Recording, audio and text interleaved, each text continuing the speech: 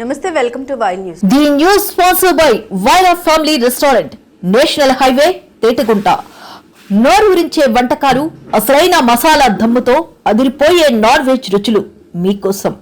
విచ్చేయండి Wyra family restaurant, national highway, Tetagunta, Tuni మండలం, కాకినాడ జిల్లా. RTC కార్మికుల సమస్యల్ని ప్రభుత్వ దృష్టికి తీసుకెళ్తామని ఆర్టీసీ జేఏసీ నాయకులకు ప్రభుత్వ విప్ శ్రీమతి యనమల దివ్య హామీ ఇచ్చారు. డిమాండ్ల సాధనలో భాగంగా రాష్ట్ర కమిటీ పిలుపు మేరకు తుని ఆర్టీసీ డిపో జేఏసీ నాయకులు ఇవాళ తుని కూటమి కార్యాలయంలో కలిసి వినతి పత్రం సమర్పించారు. ఈ సందర్భంగా జేఏసీ నాయకులు మాట్లాడుతూ కాలుష్య నియంత్రణకు ఎలక్ట్రికల్ బస్సుల్ని ప్రవేశపెట్టడం శుభ పరిణామమేనని, అయితే వీటిని ప్రైవేట్ వ్యక్తుల నుండి కాకుండా ప్రభుత్వమే కొనుగోలు చేసి నడపాలని జేఏసీ నాయకులు కోరారు.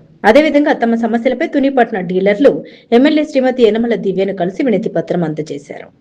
రాష్ట్ర వ్యాప్తంగా మరి సుమారు 2 నెలల నుంచి ఏపీఎస్ఆర్టీసీలోని సుమారు పెద్ద సంఘాల national Mazdoor union, employees union ఆధ్వర్యంలో మరి జేఏసీగా ఏర్పడి విద్యుత్ బస్సులకి ప్రభుత్వమే కొనాలని, ఎందుకంటే విద్యుత్ బస్సులు ప్రైవేటు వాళ్ళకి ఇవ్వటం వలన ఉన్న ఉద్యోగులు తగ్గిపోతారు, కొత్త వాళ్ళకి ఉద్యోగ అవకాశాలు ఉండవు. అదే గవర్నమెంట్ ఈ విద్యుత్ బస్సులు కొనటం వలన ఉపాధి అవకాశాలు పెరుగుతాయి, పల్లికి బస్సులు ఏర్పడతాయి.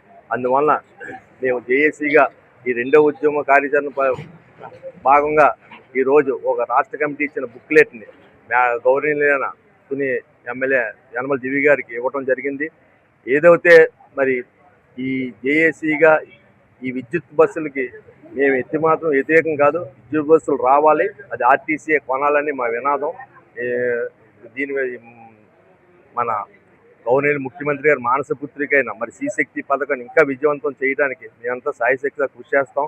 అలాగే మరి సూర్యబాబు చెప్పినట్టుగా తక్షణమే 4000 బస్సులు కొనాలి, 10,000 మంది సిబ్బందిని వెంటనే రిక్రూట్మెంట్ చేసి ఈ పథకాన్ని మరింత విజయవంతం చేయాలి.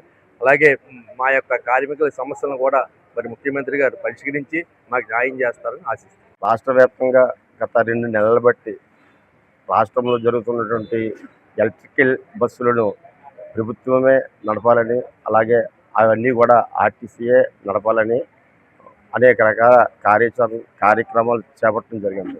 ఆ కార్యక్రమాలు రెండో భాగంగా 2వ నెలలో ఈ కార్యక్రమం 2వ దశ కార్యక్రమం ఇది. ఈ కార్యక్రమం రాష్ట్ర వ్యాప్తంగా ఉన్నటువంటి ప్రజాప్రతినిధులు ఎవరైతే ఉన్నారో వాళ్ళందరికీ కూడా ఒక బులెటిన్ తయారు చేసి ఆ బులెటిన్లో అనేక రకాల సమస్యలు పొందుపరచడం జరిగింది. ఏమిటంటే ఈ యొక్క కార్యక్రమం చేపట్టగల కారణం ఏంటంటే కాలుష్య నివారణ, అలాగే రాష్ట్ర పరిస్థితులను అవగాహన చేసుకుని ప్రభుత్వం మీద ఉన్నటువంటి వ్యతిరేకత కానీ ఏమీ లేదు. ప్రభుత్వానికి మనం ఆర్టీసీ కార్మికులు కానీ ఆర్టీసీ యాజమాన్యం కానీ అంతా అండగానే ఉంది. కానీ ఇప్పుడు ప్రవేశపెట్టేటువంటి కాలుష్య నివారణ సంబంధించినటువంటి బస్సులు ఏవైతే ఎలక్ట్రిక్ బస్సులు ఉన్నాయో అవన్నీ కూడా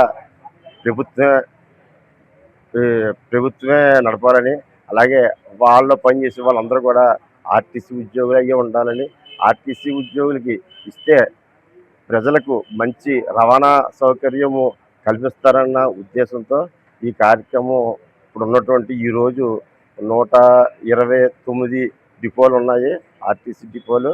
అన్ని డిపోల్లో కూడా ప్రజాప్రతినిధులు అందరికి కూడా ఈ కార్యక్రమం చేయడం జరిగింది.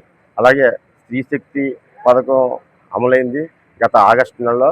ఆ రోజు నుంచి ఈ రోజు వరకు కూడా శ్రీశక్తి పథకం కూడా విజయవంతంగా కొనసాగింది.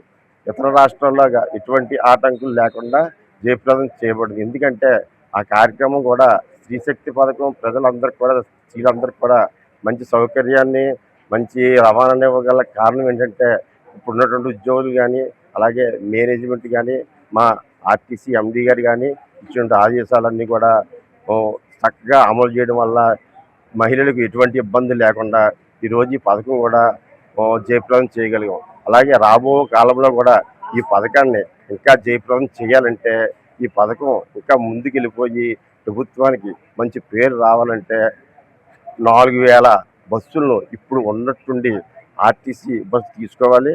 అలాగే 15,000 మంది ఉద్యోగస్తులను, కండక్టర్లను, డ్రైవర్లను, మెకానికులను, అలాగే ఏడీసీలను అందరినీ కూడా తీసుకోవాలి. ఈ ఉద్యోగస్తులందరూ కూడా ఇప్పుడు ప్రతి నెలలో కూడా 2,000-3,000 మంది సిబ్బంది పదవీ విరామణ చేస్తున్నారు. వాళ్ళ యొక్క లోటును భర్తీ చేయాలంటే ఇప్పుడున్న ఫలంగా రిక్రూట్మెంట్ చేయాలి, కొత్త బస్సు కొనాలి. అలాగే ఈ ఆర్టీసీని ముందుకు తీసుకెళ్ళడానికి, ఆర్టీసీని విజయవంతం చేయడానికి స్త్రీశక్తి పథకం కూడా విజయవంతం కావాలంటే బస్సులు సంఖ్య పెరగాలని ఈ ఈ కారణంగా నేను ఈ ప్రెస్ మీట్లో తెలియపరుస్తూ ఈరోజు మన దివ్య మేడం గారికి వినతిపత్రం ఇవ్వడం జరిగింది. అలాగే జేఏసీ తరఫున నేషనల్ మజ్దూర్ యూనియన్ సాయిరాబాద్ కూడా మాట్లాడతారని కోరుకుంటున్నాను.